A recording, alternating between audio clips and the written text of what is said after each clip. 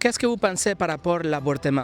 Les femmes peuvent avoir un accident de parcours, même elle l'appelle comme ça, un accident dans le sens où elle n'avait pas désir d'avoir un enfant, en tout cas à ce moment-là, et un accident dans un rapport sexuel, et elles ont un enfant, et je suis plutôt du parti de dire que la femme, si elle a envie d'avorter, lui laisser ce droit-là, parce que c'est sa vie. On pourrait dire que oui, mais on tue aussi un enfant, mais du coup, là, je suis mitigé. Mais vous avez raison, c'est presque la même chose. Je veux dire, c'est ôter la vie à quelqu'un, non? C'est un bébé dans le ventre de la mère qui n'a rien fait et du coup, ils perdent leur vie.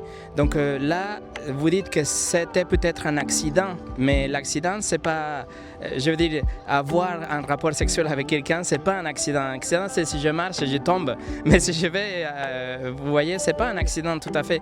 Donc je ne sais pas si vous voyez la incohérence de ces raisonnements. Mais est-ce que vous avez jamais entendu parler des 10 commandements, les 10 commandements de Dieu? Oui, oui.